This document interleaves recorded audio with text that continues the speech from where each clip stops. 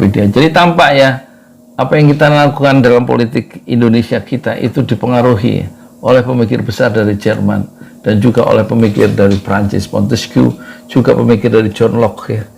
Pemikir-pemikir dunia itu mempengaruhi ya, sejarah politik Indonesia modern. Saya Yudi Pramuko, tukang donat dari Parung, YouTuber tertua di semesta Fasbir Sabran Jamila. Bersabarlah dengan kesabaran yang indah. Birdenbire hayatımın tümü oldu. Gecelerime gün gibi doğdu. Gidersen bir gün bir üzülür çok. Hayatımın tümü oldu. Gecelerime gün gibi doğdun. Gidersen bir gün bir kırılır çok. Adı lazım değil, baş harfi ben. Assalamualaikum warahmatullahi wabarakatuh. Alhamdulillah wassalatu wassalamu ala rasulillah. Kita berkenalan dengan pemikir besar, filsuf besar dari Jerman ya, Immanuel Kant. Kita pengen tahu pikiran-pikiran dasarnya itu apa ya. Kita berkenalan dulu Immanuel Kant. Bahasa Jermannya apa? Immanuel Kant ya, lahir 22 April 1724 sampai wafatnya 12 Februari 1804 ya. Jadi dia hidup dalam usia panjang nih berarti ya, 80 tahun. Manusia abad 18, adalah seorang filsuf Jerman dan salah satu intelektual utama abad pencerahan. Karya Immanuel Kant yang komprehensif dan sistematis dalam bidang epistemologi, metafisika, etika, dan estetika telah menjadikan Immanuel Kant salah satu tokoh yang paling berpengaruh dalam filsafat Barat modern ya.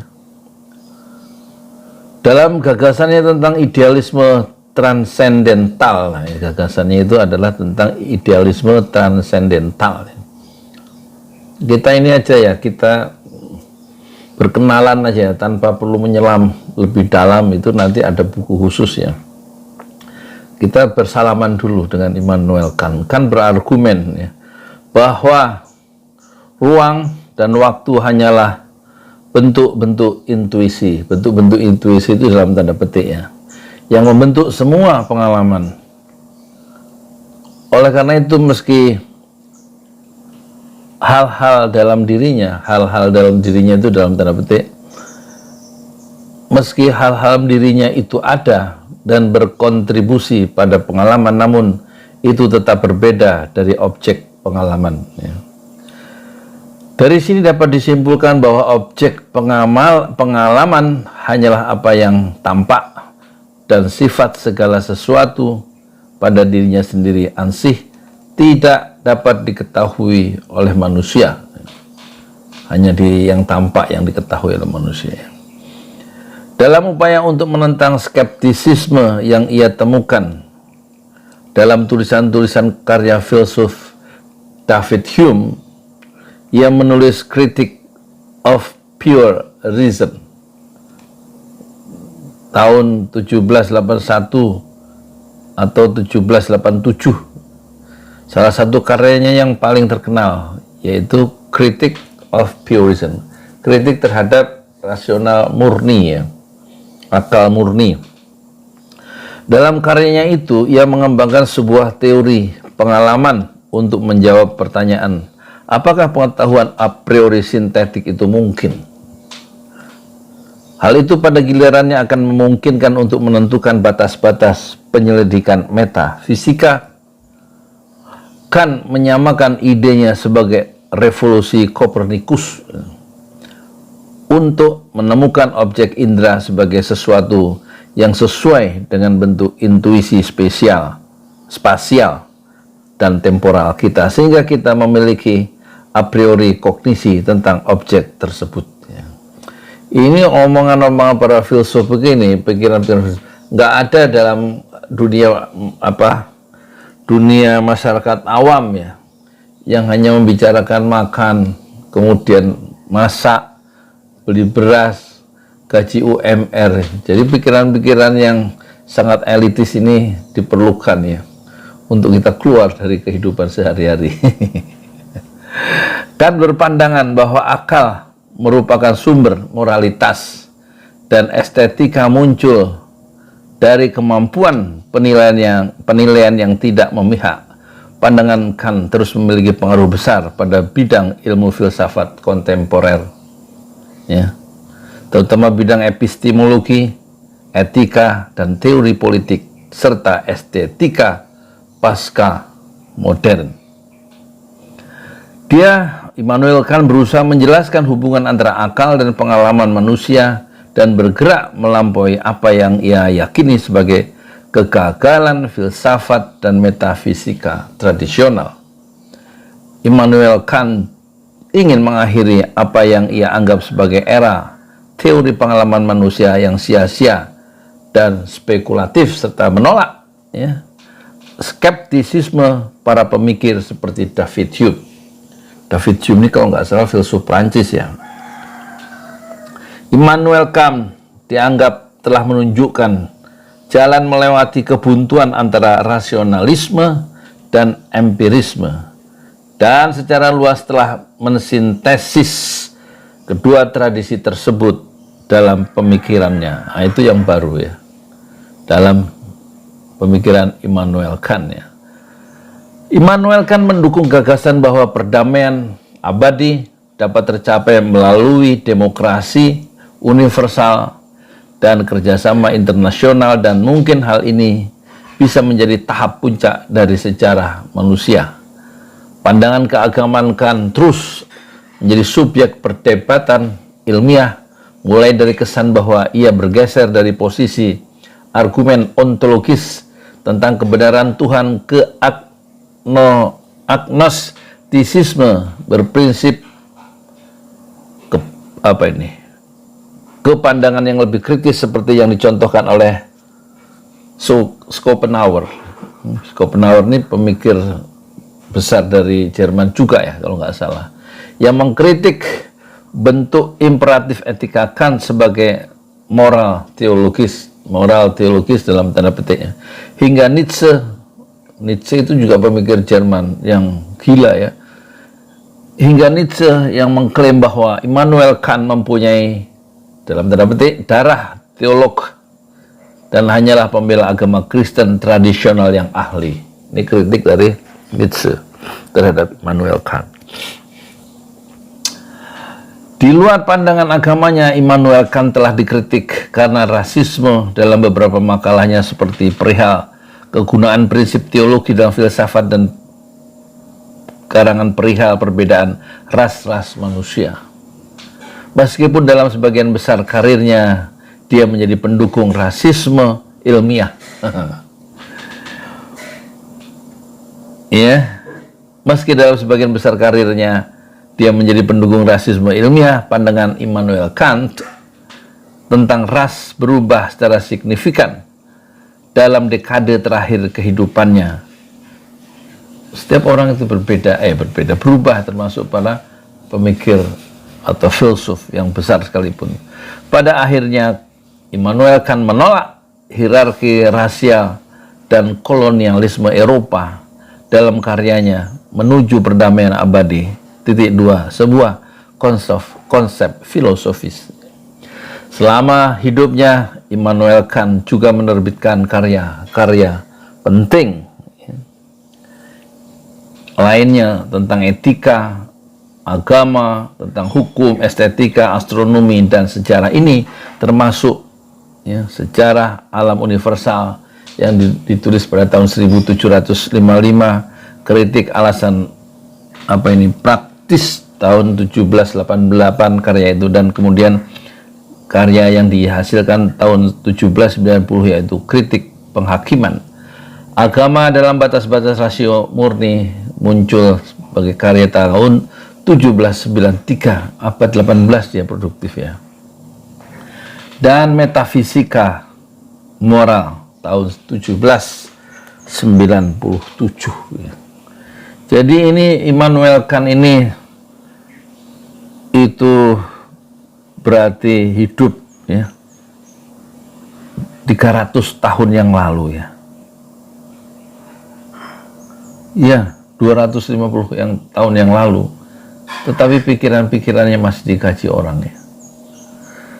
Karena kita lihat kalau kehidupan pribadi Immanuel Kant itu apa yang menarik. Immanuel Kant dilahirkan pada tanggal 22 April 1724 ya.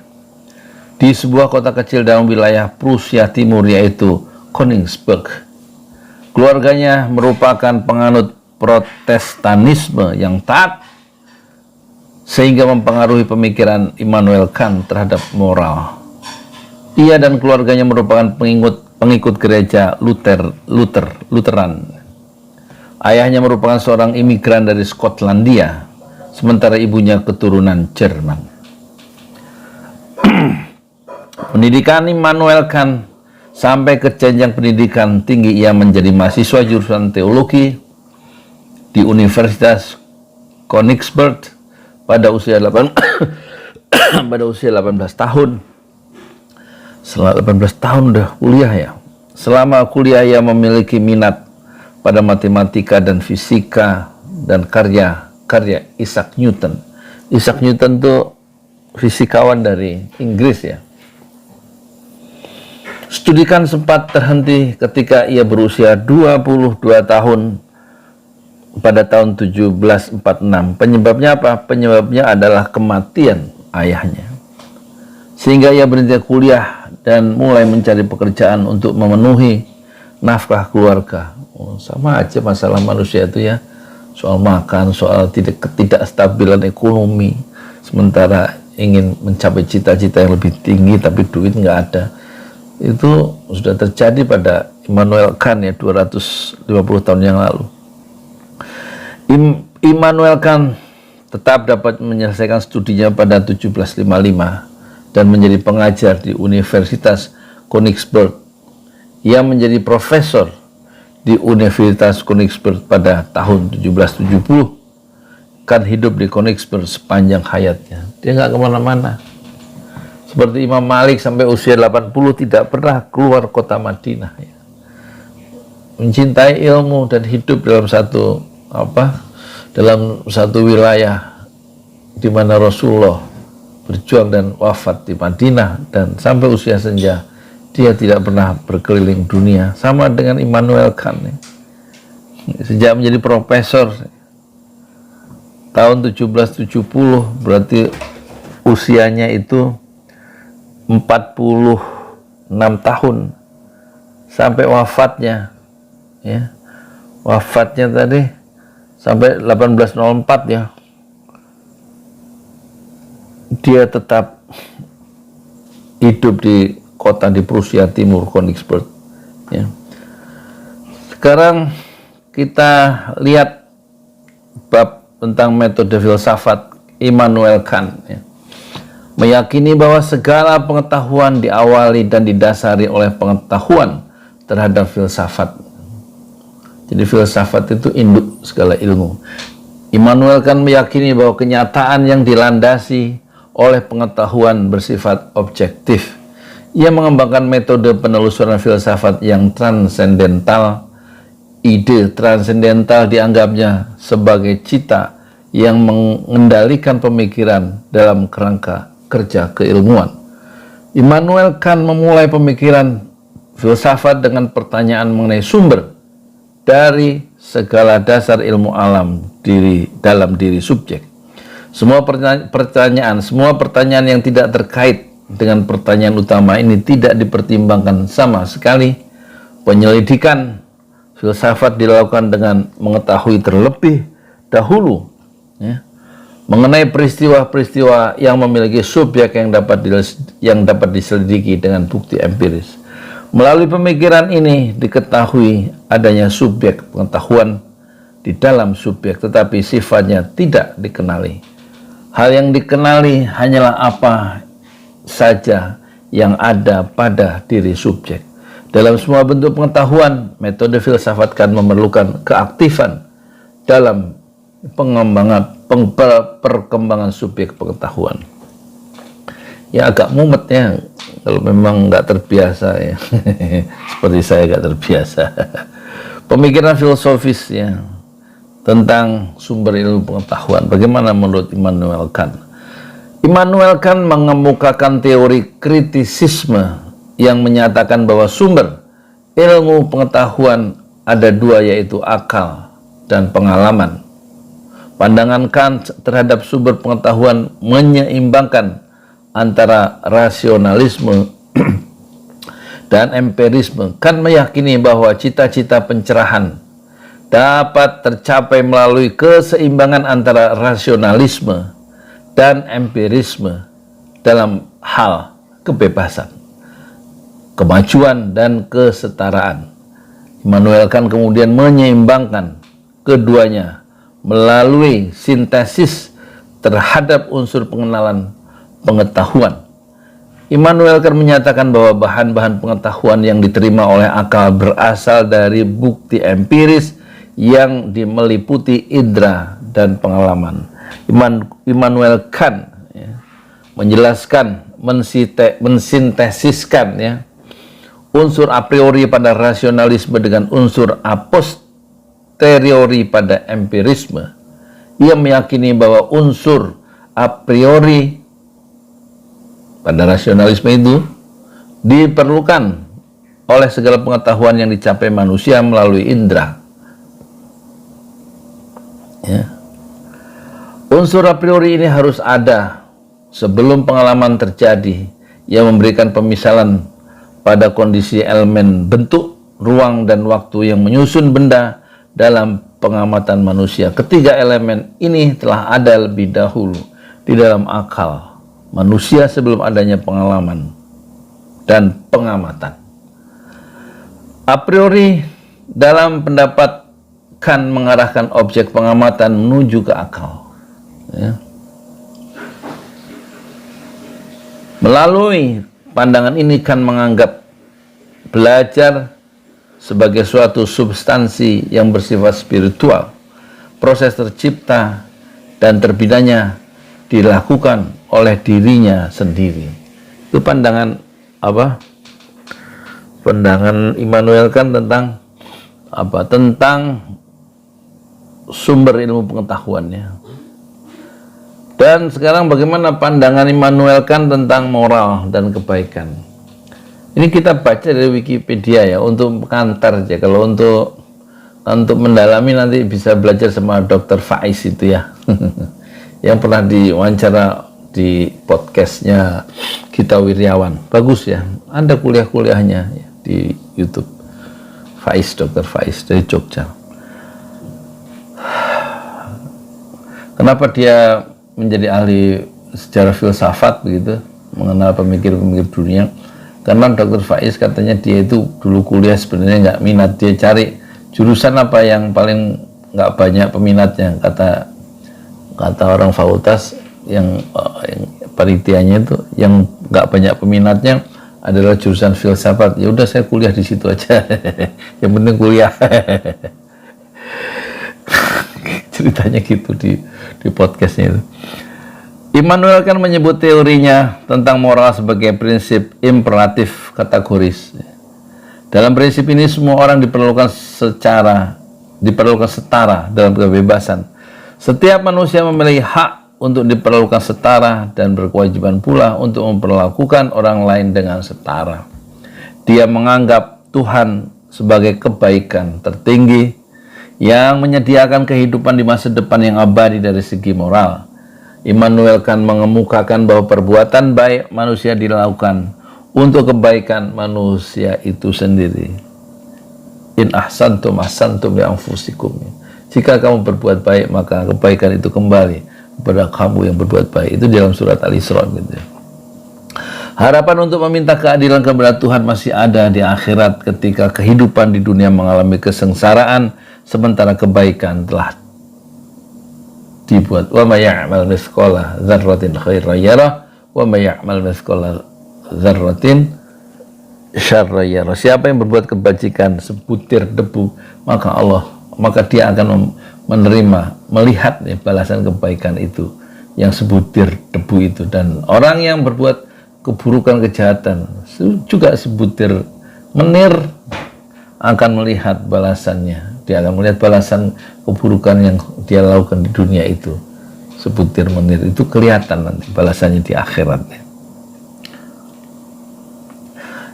Immanuel Kant menolak pandangan utilitarianisme tentang moral.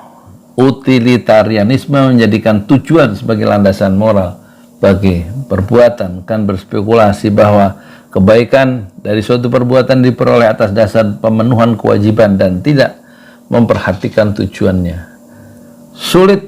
Suatu perbuatan dilakukan karena merupakan kewajiban sehingga tidak memerlukan alasan untuk dikerjakan. Pandangan Kant ini dikenal sebagai perbuatan atas dasar legalitas. Immanuel Kant berpandangan bahwa kedudukan dari norma-norma di dalam moral lebih tinggi dibandingkan dengan norma hukum. Pertanggungjawaban terhadap moral harus didasarkan kepada hati nurani manusia. Sementara itu Kant menganggap pemberian pidana atas kejahatan bukan merupakan bentuk kebaikan pelaku kejahatan maupun masyarakat. Ia berpendapat bahwa pidana diberikan sebagai balasan atas kejahatan yang dilakukan oleh pelakunya. Kant menyatakan bahwa pidana merupakan bagian dari kejahatan itu sendiri. Apa pendapat Immanuel Kant tentang etika dan pendidikan? Immanuel Kant menetapkan akal pikiran sebagai dasar bagi etika. Pandangan terhadap etika ditentukan oleh adanya kemauan untuk memperoleh hakikat dari sesuatu. Etika yang dikemukakan oleh Immanuel Kant dapat mewujudkan berbagai perbuatan atau tindakan disertai dengan adanya kesadaran akan kewajiban. Selain itu, dalam pandangan Kant, manusia adalah makhluk hidup dengan martabat yang tinggi. Pendidikan diperlukan oleh manusia untuk menyempurnakan pribadi manusia yang berwatak luhur dan bertanggung jawab. Sifat manusia yang utuh dibangun melalui pendidikan bagi individu maupun kelompok. Peran pendidikan ialah menghasilkan individu yang mampu memberikan daya guna melalui keahlian dirinya sehingga memberikan manfaat bagi dirinya dan orang lain. Itu pandangan Immanuel Kant tentang pendidikan. Lalu bagaimana pandangan Immanuel Kant tentang keadilan dan kebebasan? Immanuel Kant mengakui adanya kaitan antara keadilan dan kebebasan. Pengakuannya ini disampaikannya melalui bukunya yang berjudul Metaphysical Elements of Justice. Kant menyatakan di dalam bukunya bahwa manusia hanya memiliki satu hak bawaan, yaitu kebebasan. Hak atas kebebasan ini hanya dapat diperoleh selama kebebasan ini diberikan secara setara kepada setiap orang. Sifat dan hak atas kebebasan ini adalah kodrati, karena dimiliki oleh manusia disebabkan kemanusiaan itu sendiri. Syarat adanya keadilan di dalam masyarakat adalah adanya prinsip kebebasan yang mengakui kebebasan orang lain pula. Prinsip ini dikenal dengan prinsip alteritas atau persamaan pengakuan. Immanuel Kant meyakini bahwa otonomi atas kebebasan dimiliki oleh moral. Penentuan mengenai sesuatu yang disebut sebagai kebaikan dan kejahatan merupakan tugas dari akal. Sekarang, bagaimana pemikiran Kant tentang ketuhanan? Kant menjadi salah satu filsuf yang menggunakan argumen teologi untuk mengungkapkan mengenai alam dan keberadaan Tuhan. Dalam argumen ini, semua gejala alam terjadi karena ada yang mengaturnya dan bukan karena kebetulan semata. Keteraturan alam menandakan bahwa alam diciptakan dengan tujuan dan maksud tertentu oleh suatu zat yang maha mengatur. Zat inilah yang dikenal sebagai Tuhan. Kant berpendapat bahwa status sebagai yang maha mengatur dapat dinaikkan menjadi pencipta melalui penalaran yang mendalam.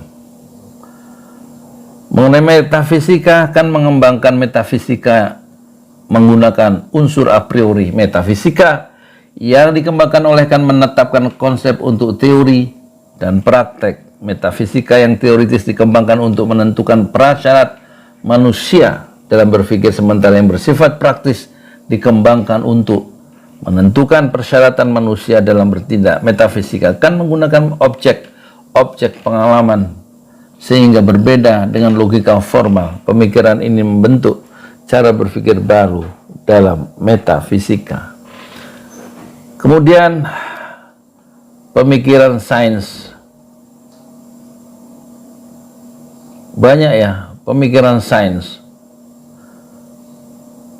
Ilmu alam, Immanuel kan menetapkan 12 kategori untuk menetapkan dasar epistemologi bagi ilmu alam. Seluruh kategori ini dikemukakan di dalam karyanya yang berjudul Kritik atas Nalar Murni, Critic of Pure Reason, ya kan? Kan membagi seluruh kategori ini dalam 4 kelompok, yaitu kuantitas, kualitas, relasi, dan modalitas. Kelompok kuantitas meliputi kesatuan, kejamakan, dan keutuhan. Kelompok kualitas meliputi kenyataan, negasi, dan pembatasan. Kelompok relasi meliputi substansi, kasualitas, dan timbal balik. Sedangkan kelompok modalitas meliputi kemungkinan, peneguhan, dan keperluan. Dalam pandangan Kant, seluruh kategori tersebut menjadi pengatur data bagi indera manusia yang sifatnya terbatas pada dunia fisik. Kant menolak 2 jenis komponen keberadaan manusia, yaitu perasaan dan keinginan untuk bertindak.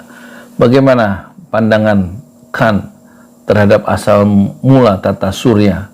Immanuel Kant merupakan salah satu pemikir yang mengkaji mengenai asal mula tata surya. Ia merupakan salah satu pengikut mazhab monoistik. Mazhab ini merupakan salah satu dari 2 mazhab yang menjelaskan tata surya hingga tahun 1960-an. Dalam mazhab ini diyakini bahwa unsur penyusun dari segala benda di tata surya berasal dari satu materi yang sama. Nah, sekarang ini pemikiran politiknya ini yang penting. Immanuel Kant merupakan tokoh yang mempopulerkan ajaran Montesquieu mengenai pemisahan kekuasaan. Kan memperluas penggunaan konsep pemisahan kekuasaan dengan istilah. Kan memperluas penggunaan konsep pemisahan kekuasaan dengan istilah trias politika. Istilah ini awalnya diperkenalkan oleh John Locke dengan pemisahan kekuasaan menjadi legislatif, eksekutif, dan federatif. Kemudian oleh Montesquieu, pemikir Prancis ya, kalau John Locke pemikir Inggris ya. Kemudian oleh Montesquieu, kekuasaan federatif diubah menjadi kekuasaan yudikatif. Montesquieu ya. Dalam definisikan ketiganya dianggap sebagai cabang dari kekuasaan. Selain itu, kan juga memiliki pendapat mengenai tujuan politik. Kan berpendapat bahwa politik dibuat untuk memenuhi kebutuhan bendawi dan kebahagiaan rohani. Politik dibuat agar setiap orang dapat puas terhadap pengaturannya. Nah, pemikiran tentang seni, estetika di dalam pandangan Immanuel Kant merupakan kemampuan manusia dalam mengamati keindahan lingkungannya secara teratur. Pentingnya keindahan bagi manusia menandakan bahwa manusia memiliki perasaan yang menghargai kualitas manusia, membuat keindahan dengan meniru lingkungan ya, sejak masa purbakala. Salah satu ciri estetika manusia adalah adanya aliran naturalisme di dalam seni rupa ya. Sekarang karya tulis ya, ilmiah ya, yaitu Kritik atas Nalar Murni. Dalam Kritik atas Nalar Murni, Critic of Pure Reason, Immanuel Kant menjelaskan mengenai keterbatasan dari akal. Immanuel Kant menyelidiki batas kemampuan dari akal dalam mencapai pengetahuan. Ya. Kesimpulannya ialah pengetahuan akal budi selalu dimulai dengan pengalaman. Karenanya penggunaan akal budi murni mustahil manusia dapat mengenal sesuatu hak yang di luar dari pengalaman. Kritik atas penilaian. Kritik atas penilaian itu bukunya Kant merupakan kritik ketiga yang ditulis oleh Kant pada tahun 1790. Berarti usianya waktu itu berapa? Dia lahir pada tahun 1724 ya. 1724 ya. 1724. Sekarang dia mengeluarkan buku 1790, berarti 56 tahun usianya ya. Karyanya ini membahas mengenai hubungan antara dua konsep, yakni keseluruhan dan bagian teori. Mengenai keduanya dikemukakan oleh Kant melalui penilaian khusus ya. Sebuah keseluruhan muncul dalam bentuk hierarki topik-topik. Hierarki ini terdiri dari topik utama dan topik subordinat. Rekonstruksi teks sebagai suatu keseluruhan hanya diakui ketika bagian-bagian telah diakui. Sebaliknya, detail dapat dipahami setelah bagian-bagian dimengerti secara keseluruhan. Penilaian atas tingkat kepentingan suatu hanya merupakan sebuah tebakan. Pengaruh pemikiran Friedrich Julius Stahl. Kant menyatakan bahwa hukum merupakan keseluruhan persyaratan yang diperlukan untuk menyesuaikan kehendak bebas setiap manusia berdasarkan prinsip kemerdekaan. Pemikiran Kant mengenai hukum diadopsi, dimodifikasi, dan dikembangkan menjadi neo-Kantianisme pada abad ke-20. Pemikiran Kant mempengaruhi Friedrich Julius Stahl dalam pemikiran tentang negara. Stahl mengemukakan teori negara hukum ya, dengan kedaulatan negara dimiliki oleh hukum. Unsur-unsur kedaulatan hukum meliputi perlindungan hak asasi manusia dan penjaminan atasnya melalui pemisahan kekuasaan. Selain itu, pemerintah diselenggarakan berdasarkan undang-undang, sementara perselisihan diselesaikan melalui peradilan administrasi. Yang kelihatannya apa yang kita kerjakan di Indonesia itu ternyata akarnya adalah pemikiran dari Immanuel Kant ya. Yang mempengaruhi pemikiran Immanuel Kant itu mempengaruhi Friedrich Julius Stahl ya, pada abad ke-20. Hak asasi manusia ya. Jadi ternyata apa yang dikerjakan oleh orang-orang Indonesia dalam politik itu ternyata dipengaruhi oleh berbagai pemikir seperti Montesquieu, pemisahan kekuasaan ya antara yudikatif, legislatif, dan eksekutif. Itu kita memakai pemikir filsuf dari Montesquieu. Terus bahwa perselisihan harus diselesaikan dalam sebuah negara hukum, harus diselesaikan di pengadilan administratif. Itu kita dipengaruhi juga oleh Immanuel Kant yang mempengaruhi Friedrich Stahl, Julius Stahl. Jadi ternyata pemikiran itu tidak pernah mati dan mempengaruhi perilaku jutaan orang di seluruh dunia. Salah satu adalah pengaruh dari Immanuel Kant. Kemudian pragmatisme. Charles Sanders Peirce membuat istilah pragmatisme dalam tanda petik dengan sumber dari filsafat Immanuel Kant. Filsafat Immanuel Kant menggunakan dua kata yang mirip dengan pragmatisme. Kedua kata ini artinya berbeda. Kata pertama adalah praktis, bahasa Yunani praktikos, dan yang kedua pragmatis, P-R-A-K-T-I-S-C-H. Yang kedua P-R-A-G-M-A-T-I-S-C-H. Bahasa Yunani pragmatikos, yang kalau yang satu praktikos. Istilah praktis merujuk diartikan sebagai tindakan dengan tujuan yang ditujukan untuk dirinya sendiri. Apa rananya? Apa ini? hanya ada dalam akal budi dan tidak ada dalam pengalaman nyata, sedangkan pragmatis bermakna sebagai suatu gerak dari kehendak manusia yang digunakan untuk mencapai tujuan secara definitif. Tindakan ini merupakan tahap penting untuk mengklarifikasi pemikiran. Dalam karya Immanuel Kant terdapat istilah keyakinan pragmatis yang berarti tingkat keyakinan hipotetis. Keyakinan ini memiliki kemungkinan untuk mencapai tujuan tertentu dalam dunia nyata. Saya ulangi ya, keyakinan ini memiliki kemungkinan untuk mencapai tujuan tertentu dalam dunia nyata.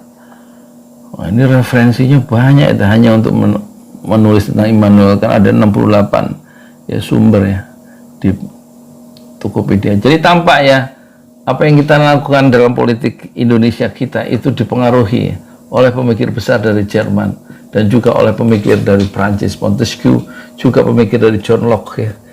Pemikir-pemikir dunia itu mempengaruhi ya, sejarah politik Indonesia modern. Saya Yudi Pramuko, tukang donat dari Parung, YouTuber tertuah di semesta Fasbir Sabran Jamilah. Bersabarlah dengan kesabaran yang indah. Assalamualaikum warahmatullahi wabarakatuh.